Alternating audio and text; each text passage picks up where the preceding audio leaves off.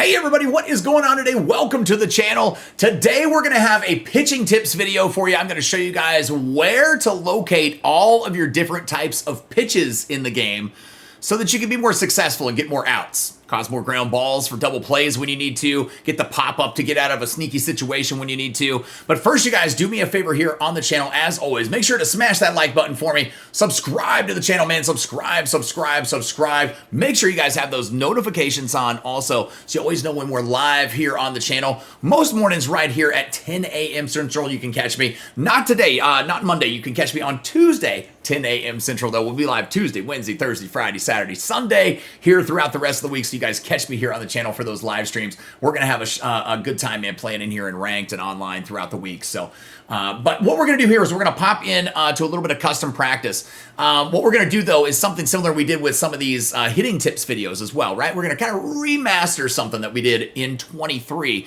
because what we're talking about today is where to locate different pitch types, right? Well, there's no new pitches and types of pitches in MLB The Show 24 that there weren't in 23. So we're going to show you guys what we recorded last year, and it's actually in custom practice, breaking down where you should locate all of those types of pitches for the most success around the strike zone. So you guys go take a look at this real quick, and then at the end, we'll pop back in, catch you guys up with everything we just saw. All right, you guys, so here we are back inside of custom practice. I had to take Jacob deGrom to do this because he looks so good in that new Rangers uniform. I couldn't help myself. We got to show you guys how those fastballs work. So we're going to work on 4-seamers, 2-seamers. We're going to work on cutters as well, and sinkers. I'm going to show you guys exactly where the most effective places to throw those types of pitches are, and where you're throwing those causes as far as results when the batter makes contact with the ball. So like when you're looking for double plays, when you're needing to get runners out, get pop-ups, things like that. So we're going to show you guys that. All right, so the first thing, obviously, let's cover the easy one first, the obvious one. It's going to be the 4-seam fastball. The 4-seam fastball is one of those pitches that is pretty effective just about everywhere that you're throwing it.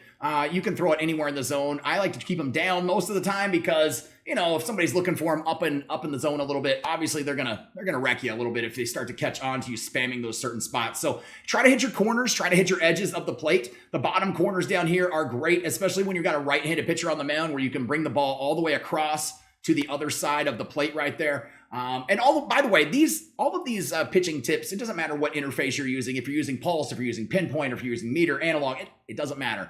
These are just general pitching tips. So whatever interface you like to use and are comfortable with, make sure you're using that, whatever you're best with, right?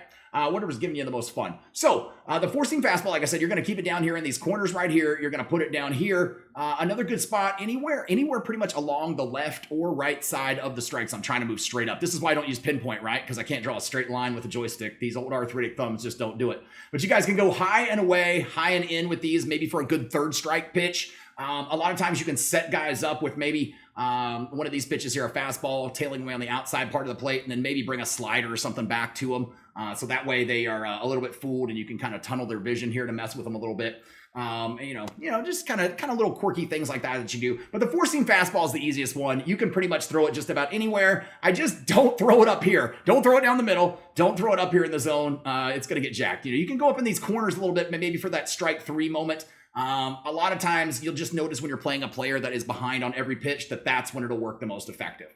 All right, so then the next pitch that we're going to go to after this is going to be the 2-seamer. Now the 2-seamer is probably, there's unfortunately 2 pitches in MLB The Show that are not as effective as any other pitch, and it's the curveballs and the 2-seamer. All right, the curveball, the 12-6, the sweeping curve, just the standard curveball, and the knuckle curve. I don't recommend throwing those if you don't have to. They hang a lot in the video game. It's very easy to hit those. It's very easy to see those out of the pitcher's hand, and you'll get rocked with them. So if you can keep it to like the slurves, those are better. You can do that. That's a little slider curve combo. But the 2-seamer is the other pitch. The 2-seamer is the other one that is not very effective in MLB The Show 22 or 23. Sorry, wasn't effective in 22. It wasn't effective in 21 or 20. It's never been really that effective. And it's just one of those pitches that doesn't get the amount of break that it probably should have. It should have similar break to a sinker, and you're just not going to see that when you're doing that. Now, what we're going to show you is, even though Jacob deGrom here throws a 2-seamer, this is what you want to do with a sinker, okay? I'm going to throw it like we're throwing a sinker, and just know if you had a pitcher with a sinker, you're going to be more dominant. That is like the OP pitch. That and the cutter are the 2 OP pitches here in MLB. So what you want to do, make sure that you're throwing this when you have a right-handed batter up to bat, right? So he's standing on the side of the screen that the webcam is on right here. When you've got a right-handed batter up, you want to try to bring these with a right-handed pitcher down and into this spot right here. And what it's going to do is it's going to help you to get double plays. Sinkers down and in will help double plays. If you got a lefty, you can throw it over here. But sinkers will help you get double plays. That's very key, very important, because when you got a runner on first and you're in a little bit of trouble trying to get out of a jam, you need to get that double play. It's one of the pitches that can. There is another one we'll talk about here in just a moment. But the two-seamer, you can use as like that a little bit. If you get a little ballsy with it, sometimes it's a little finicky, so you don't want to mess with it too much. But the sinker, that's the best pitch that you can have. I look for that on almost all of my starting pitchers here when I'm playing through the game. But you want to keep them there. You don't want to get these sinkers up in the zone. Two-seamers, on the other hand, you can actually throw up in the zone a little bit because they don't increase the size of the PCI for your batter. But when you're going out of these spots where the ball's not supposed to be thrown, the actual PCI for your batter, when they raise it up in the air, will get larger. So they'll have a bigger contact surface to be able to make contact with the ball. So the sinker, if you throw it anywhere up here above like the middle part of the plate, you're going to get rocked. That's not a really good spot to be throwing that pitch. And you can kind of tell when you get close to the edges, if you have vibration on your controllers, where the edges are of the strike zone. So if you're having trouble locating, it'll maybe kind of work you back that way. If that seems to be throwing you off, make sure to turn that off in your settings too. But those sinkers, keep them down in the zone. You can throw them in off the plate a little bit. You can get them in here a little bit, but don't go past that middle section of the plate. That's the biggest thing. Okay. All right. Now we've switched to Martin Perez so I can show you guys the cutter and the most effective places to throw the cutter. All right. He throws one here. Jacob deGrom didn't have one, so we switched pitchers. But the cutter is going to be one of those really effective pitches at getting pop-ups, weak pop-ups cause. When you got a runner on third base, maybe less than 2 outs, you know, if they make good contact on the ball, even put it out in the outfield for a fly ball, there's a good chance they're going to get that run in. But if you get a cutter that can jam them, maybe break the bat, they'll cause a lot of infield or weak, shallow pop-ups. So you got to be careful, though, because if you leave it over too much of the plate, they can turn on and crank it, all right? But if you get it off the plate a little bit where it looks like it's breaking in, if you got a right-handed hitter, you can break it over here. It'd be a good spot to throw it. You can also throw it up at the middle part of the zone as well. Get them to chase it. These are mainly for online. If you're throwing offline, you can pretty much keep it in the zone. They're not going to hit it that bad. But for online purposes, you would want to keep it like about right here. Now, cutters, you can actually go all the way up in the zone with too. And one of the good effective things to do, like with a lefty, if you put it out here on the side, when it comes out of his hand, I moved it just a little bit. When it comes out of his hand, it's going to look like it's a ball sometimes, and it'll sweep at the very last second across the edge of the plate. Let me see if I can actually get one in a good position here for you right quick. But you'll see what I mean. It kind of comes out of that zone. Sometimes it'll fool them. And sometimes if they've got a good enough hook on that cutter, you can get it to come through there. You can do that with sliders too a little bit, but every once in a while they'll hang a little bit more over the plate than you're actually wanting to, and it'll be a little bit troublesome. So that's a good pitch to throw on that outside part. With righties or lefties, it doesn't matter.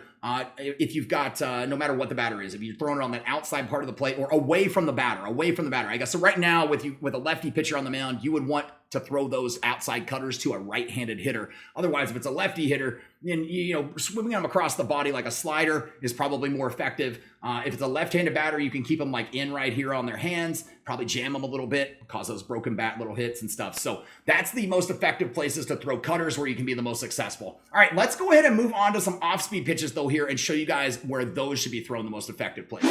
All right, we've changed pitchers here just again because I wanted to be able to show you guys these off-speed pitches, and he's got 3 of them here that we can show with Gray. So let's go ahead and show you guys the circle change, the slider, and the curveballs. Like I said, those curveballs aren't very effective, but you never know. You might have to work it in sometimes because your pitcher doesn't have a lot of pitch selection. So sliders. Sliders are great to throw across the body. So if you've got a right-handed pitcher on the mound and you've got a lefty up or a righty up, it doesn't matter. They're more effective against righties. Lefties, you can tend to leave it over the plate a little more when you try to aim it across this other direction, like over here. When you got a righty up, though, a right-handed batter over here, then you're bringing it all the way across the plate right here. So if you throw it here, it's going to sweep across the entire zone, and they might be chasing it right there. All right, that's a pretty good pitch right there, especially on an 0-2 pitch, trying to get those strikeouts. So sliders are very effective for doing that. You know, they'll get you out of some jams sometimes. It's a good strikeout pitch. It's one of my favorite strikeout pitches that I like to use is the slider. When you're throwing a slurve. Now we don't have one here on this pitcher, but it's pretty easy to explain because it's a lot like a slider, except it's going to have a little bit more of a vertical hump coming out of the pitcher's hand. All right. So it's got like that 12-6 kind of hump out of it with the horizontal movement of a slider. So you want to throw it basically the same way. Now, again, with like what we said about sinkers, how you don't want to get them above the middle part of the zone. You want to keep them in this area, right? You know, below from middle down. You can do that with these sliders as well and any off-speed pitches. You do not want to get any off-speed pitches up in the air because that's going to cause them to absolutely get a larger PCI and jack the ball when they move their PCI up there to the ball. So you just want to be careful. Keep those down. Keep those down. Most pitches you want to keep down. It's going to keep the ball in the park, keep the ball in the yard, which is ideally what you're looking for. All right. Let's move to the circle change and just change-ups in general. All change-ups are going to be relatively the same with how you're going to throw them, whether it's the palm ball, even though the fork ball and the splitter, and it's a split-finger fastball, it's still considered a change-up, an off-speed pitch, even though it's thrown hard. You want to throw it like a change-up. So if you see the circle change, the regular change-up, any of those, you want to throw them basically the same way.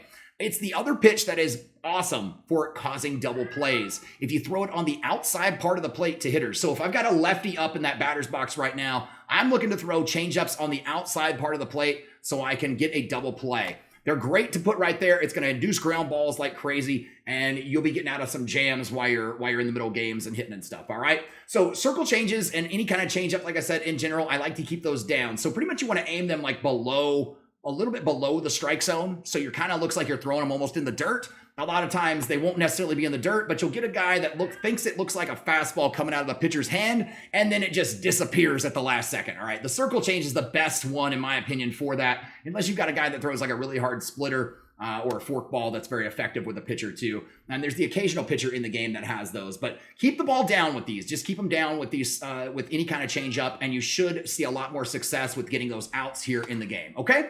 Now the curveball is the final pitch that we're going to talk about. These are the basics of the main pitches and where you want to throw them here in MLB The Show. So the curveball is another one that if you do throw it, you're going to want to throw it a lot like the changeup, except I would try to aim it a little bit more down in the dirt, a little bit lower when you throw these, because sometimes they have a tendency in the game to hang quite a bit. I've noticed though, over the last like 4 days here playing the game with early release, that the curveball and all balls in general in this game this year have a little bit more break and movement, a little bit more rapid break and movement at the last second, like that little last moment, dive off or whatever that they all have. So it's something to keep in mind. The curveball might end up being more effective as we go throughout the year, that we might find out as we throw it more here. But I'm kind of used to the old school of MLB The Show, and it's just not very effective of a pitch. If you're good with it, keep going though. Don't listen to me if you're good with it. If you happen to make it work, fine. But if you notice a guy's starting to get good contact on it, then I would make sure to switch it up a little bit so you're not